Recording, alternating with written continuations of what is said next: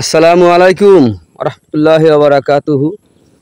প্রিয় খামারি ভাই ও বন্ধুরা, আপনারা যে যেখান থেকে দেশ এবং প্রবাস থেকে আপনারা যারাই আমার এই ভিডিওটি দেখতে পারতেছেন, আমি সবাইকে জানাই ঘাসের মেলা কৃষি খামারের পক্ষ থেকে আন্তরিক শুভেচ্ছা এবং অভিনন্দন।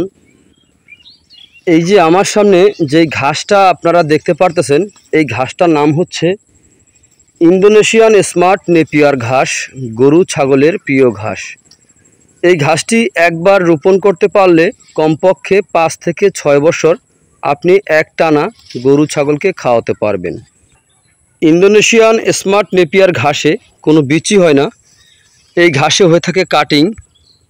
প্রথমে 4 থেকে 5টি গিটের একটি কাটিং রোপণ করলে 70 থেকে 100টি পর্যন্ত চারা প্রথমে গজিয়ে থাকে।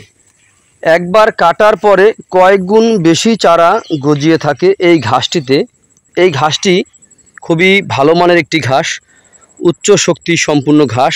এই ঘাসটি নরম পাতাযুক্ত ঘাস, এ কারণে এই ঘাসটি গরু ছাগলকে খাওয়াতে কোনো মেশিন লাগে না।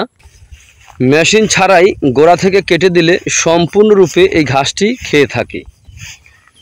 ইন্দোনেশিয়ান স্মার্ট নেপিয়ার ঘাসে ভিটামিন রয়েছে 30%, প্রোটিন রয়েছে 25%। এ কারণে এই ঘাসটি খাওয়ালে দানাদার ছাড়াই কিন্তু আপনার গরু ছাগল পালন করতে পারবেন আপনি খুব সহজে।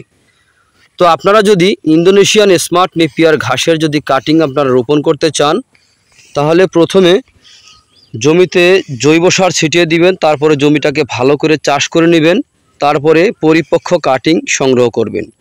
তাহলেই আপনিও পারবেন আপনার গবাদি পশুকে ভিটামিন প্রোটিনযুক্ত এই ঘাসটি খাওয়াতে।